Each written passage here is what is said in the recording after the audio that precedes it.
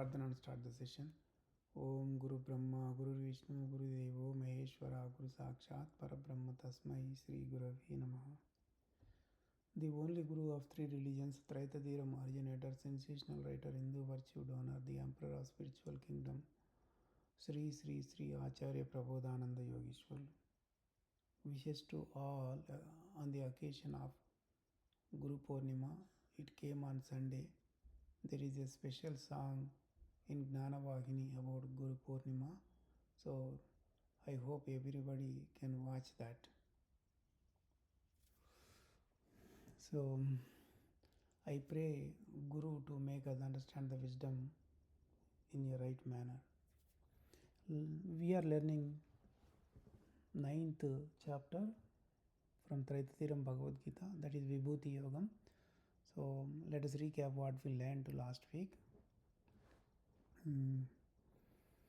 Narada, Asita, Devala, 7 saints and Vyasa says that you are a Parabrahma, Parandhama, purified, distinguished Purusha, eternal, divine, primeval God, unborn and omnipresent. Now I am hearing you are saying.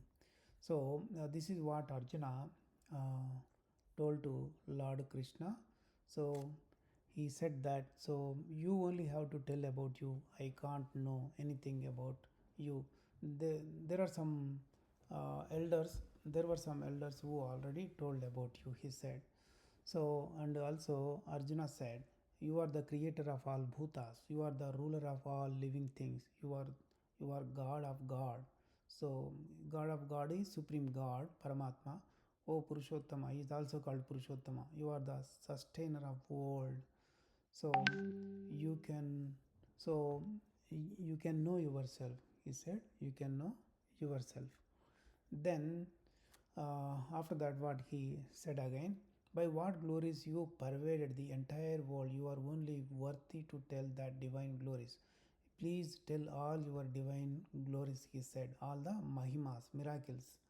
So how do I know you as I am always thinking you by becoming yogi? And also he asked that, how come, how shall I become yogi and how shall I think about you always? So, and tell me again about the extended Atma, manner of attaining it and its glory. So he is asking about the extended Atma and how to attain that. So I can't be satisfied with those ambrosial words, though I heard many times. So even though you tell, so I can't. I again and again, even again and again, when I hear to them, so it gives more and more satisfaction. So that way, Arjuna asked. Then Lord Krishna said, so he is being existed as Atma. Lord Krishna said that so he is existed as an Atma inside all the living things. So he is the begin, end and end of all the living things, he said. Then he explained about his some of the glories, and he said that, so he started telling all those things like he is Vishnu, he is among the sons, and he is the Marichi in the air, etc., etc. He kept on telling about that. So we noticed one thing in 25th Slokam that they wrote it as Japa Yagna. Japa Yagna was not correct actually. We have to take it as a Gnana Yagna because there are two sacrifices are going inside our body. One is Dravya Yagna, that is in material Yagna. Another one is Gnana Yagna, which is sacrifice wisdom, sacrificing the wisdom. That wisdom is 5 worldly related matters we need to burn in that yagnam, the sacrifice, so that our karma will be burned. That's why Dana Yagna is the supreme, supermost thing. So God must have told about the Gnana Yagna, not about the Japa Yagna. So that we have to remember. So then onwards he continued telling all those things. So likewise, if I am saying there is no end to my attributes of good, so he said that, So there is no end to his attributes of good, he said. So it can't be described. So he said that only some of them only told to Arjuna. So since absolute soul is infinite, he got infinite glories. Okay, so that's what we learned last week. So now let's move on to 41st slokam. Yada यद्यद्विभूतिमत्सत्त्वं श्रीमधुर्जितमेव वा तत्तदेवेवागच्छ गच्छत्वं मम तेजो अंशसम्भवम्. So,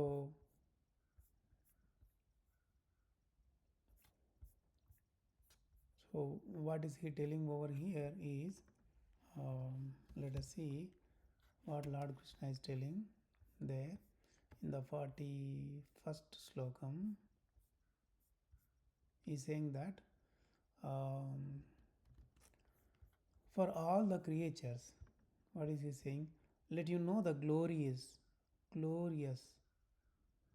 auspicious, and the greatest among the living things is taken birth from Supreme God, from Absolute Soul itself. So whatever the speciality, greatness, something different kind of things are there, right, which the creatures are having, that's coming from the Absolute Soul itself. That's what he is saying over there. Then let us move on to 42nd slokam. What is that? अथवा बहुनैतेन किं ज्ञातेन तवार्जुना विष्टभ्याहमिदं कृष्णमेकांशेन स्थितो जगत्. So what he is saying, else otherwise what is used by saying many manners? So he absolute soul told about his many kinds of manners. So then that's what he is saying. Let you know this entire universe exists with a single fragment of me among many fragments. So Absolute Soul said that he got so many fragments, so many millions, zillions, infinite fragments among one fragment. So only one fragment of them, with that this entire universe got created. So then you understand, so infinite how infinite the God is. So at last Bhagavan said one word that, so at the end the Bhagavan said one word that greatly than any other. So this movable and immovable world exists his single fragment. Within his single fragment, whole movable, immovable thing, that is the universe, is existing in that. So he got uncountable fragments. So with this last word, we can understand that he is the greatest one. So he is the greatest one. So if you think about the universe, it can't be found. So if you consider about the universe, how big it is, that contains many planets, galaxies, so many Milky Ways, so many things are there. Among them, the Earth is also one. Earth is a very tiny, smaller one. In the tiny Earth itself containing all the creatures in it, you see how humongous the Absolute Soul. So by saving living things and the entire universe are being existed in Ekamshena Sthito Jagat, he said. So that means one fragment of the Absolute Soul. So in accordance with the saying as Akash, so according to that, so people say that Akasham Gaganam Shunyam. Akasham Gaganam Shunyam. That means sky is empty. So Absolute Soul is also endless and is infinite. So that's how he told about Ekamshena Sito Jagat. He told about universe. That is a small one single fragment of the Paramatma. The, that's how we learned the Vibhuti Yogam chapter. Let us move on to 10th chapter from Traitatiram Bhagavad Gita. It is Vishwarupa Sandarshana Yogam. So at the end of every chapter we call Yogam. Yogam means unification. Viyogam means that is non-unification. Unification, bifurcation we can say. Unification, bifurcation. So we are all bifurcated from Paramatma itself. That's why we are leading our life according to our karma. As long as karma is there, we will be taking birth and experiencing karma, and again will uh, will get death as well. Again we will take birth, and the cycle will continue like that.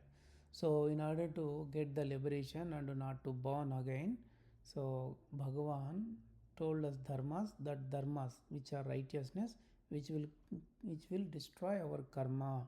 So we will become absolute soul finally after our karma becomes zero. So that's how the small explanation about the yogam over here. In the 10th chapter, Arjuna started asking Lord Krishna. So let's see what he has asked. Madanugrahaaya paramam guhyamadhyatmasangnitam yatvayoktam vachastena moho ayam vigato mama. So what Arjuna is asking Lord Krishna, whatever the matters you told so far are pure spiritual matters.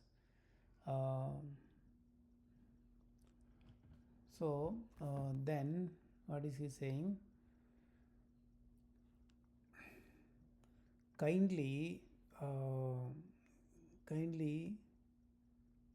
you told all those things. You told all those things for sake of me, all the spiritual matters. Because of those matters, my attachment is gone, he said. The things related to attachment are gone. So he said that, so the passion of me is now dispersed. So passion means attachment. Attachment is gone, he said. Then in the second slokam, what is there? Let us see. Bhavapyayau hi bhutanam shrutau vistarasho maya tvattah kamalapatraksha mahatmyamapi chavyayam. This slokam is talking about absolute soul. So you were what is he saying? I heard extensively your glories. So Arjuna is saying, I heard extensively your glories and they are inexhaustible. So they are inexhaustible. So indestructible. So you are the birth and death to all the living beings. So you are the reason for birth and death to all the living beings, he said. Then in the third slokam, what is he saying? Evametat yatha attatvamatmanam parameshwara drashtumichami te rupamaishwaram purushottama. So, oh Purushottama, that is truth, whatever you told about you. So I want to visualize your cosmic appearance. So I got the desire. That's what Arjuna asked Lord Krishna. Then again what he is saying? Manyase yadi tvachakyam maya drashtumiti prabhu yogeshwara tato me tvam darshayatmanam avyayam. If I am eligible to visualize your soul form, please show me indestructible, inexhaustible form of you. So that's what Arjuna asked Lord Krishna. So far, Lord Krishna uh, heard the matters told by Absolute Soul, and he came to a determination, he got a determination in his mind that it is better to see his cosmic appearance. So that's why he said that if and he and he is sure that the Absolute Soul is talking from talking actually with him. So he wanted to see the cosmic appearance. So he got much more determination in his mind, and he asked directly Absolute Soul that if I am eligible to see your cosmic appearance, please show it to me. So he is asking Lord Krishna, the Absolute Soul. So then what Absolute Soul is saying then? Let us see from fifth Slokam onwards. Pashya me partha रूपानि शतशो अतः सहस्रशः नानाविधानि दिव्यानि नानावर्णाकृतीनि च पश्या आदित्यान् वसून् रुद्रान् अश्विनौ मरुतस्तथा बहून्यदृष्टपूर्वाणि पश्या आश्चर्याणि भारत इहैकस्तं जगत्कृष्णं पश्याद्य सचराचरं मम देहे गुडाकेशा यच्चान्यद्रष्टुमिच्छसि. What is he saying then?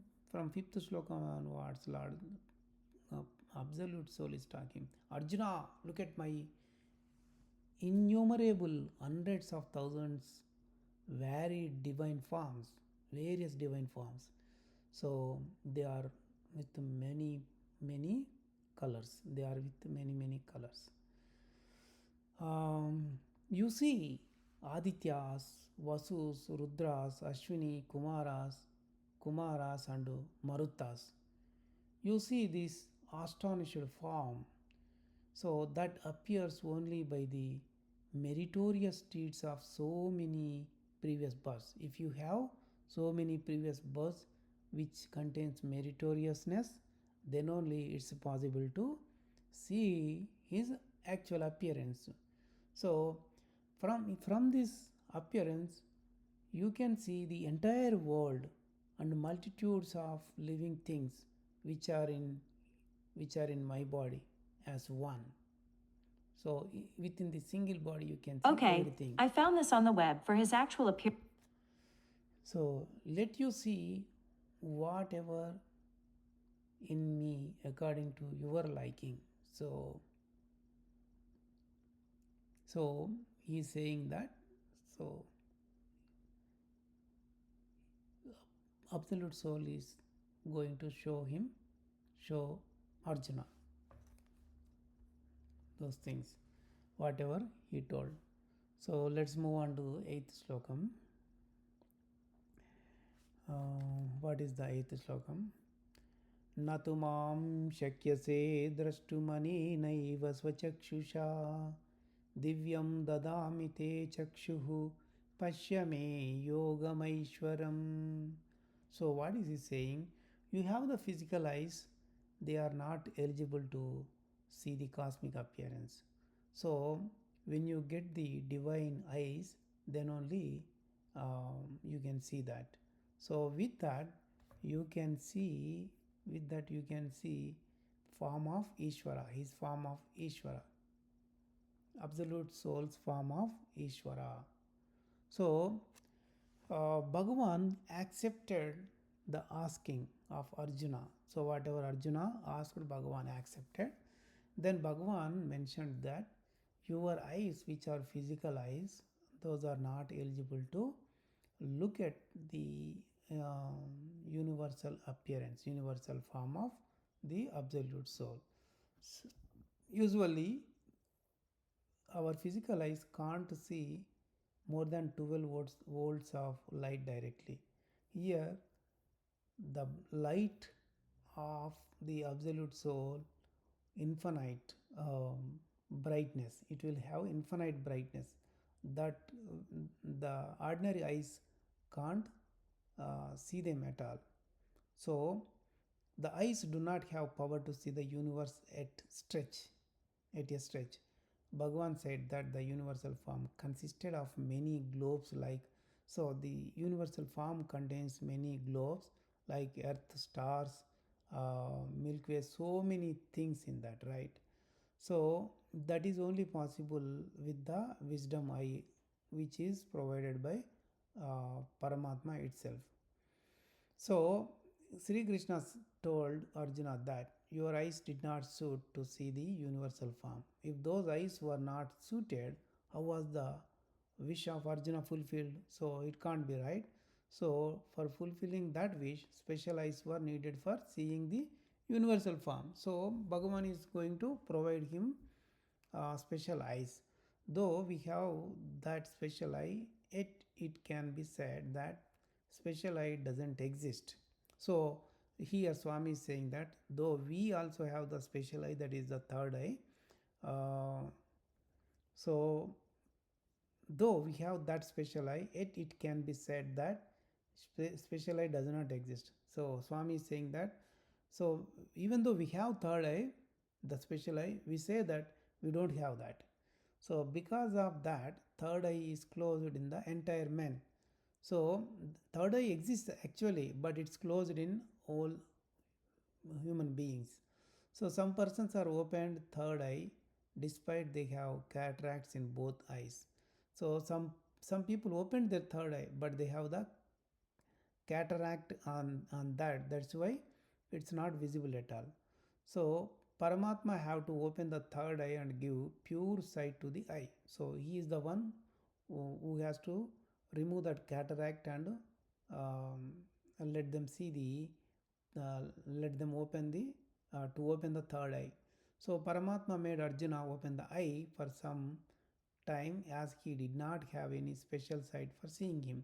So Absolute Soul only opened the third eye of Arjuna for some time only, because if he doesn't open the third eye of Arjuna, then how come Arjuna can see his cosmic appearance? It's not possible, right? That's why he is giving the he is opening the third eye to Arjuna. So then we have verses from 9 to 14 which are considered fabricated, because Sanjaya was telling here, right? Actually, there is no Sanjaya. That's a fabricated story, because while showing the cosmic appearance, while Arjuna was watching that cosmic appearance, nobody else watched that. And Lord Krishna gave third eye to only Arjuna, not to anybody else. So here 9th to 14th slokams are considered fabricated, that they are belonging to Sanjaya itself. So we have to know from 15th slokam onwards. Let us end the session over here. We'll see the slokams 15th onwards in the next week. So let us do Mangala Prarthana and end the session. Om Mangalam Gurudevaya Mahaniya Prabodhatmane Sarvaloka Sharanyaya Sadhurupaya Mangalam. Prabodharpanam to everyone.